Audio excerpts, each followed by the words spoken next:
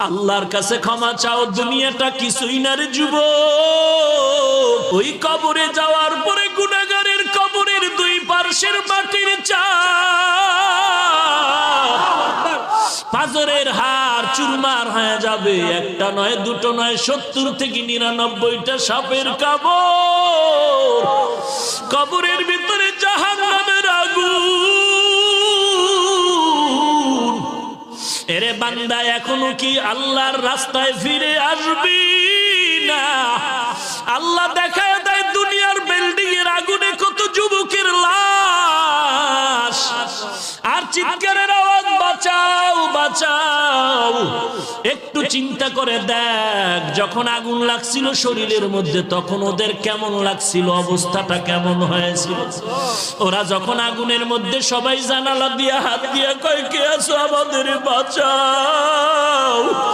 আমাদের ডানে আগুন, বামে আগুন, চতুর্দিকে আগুন।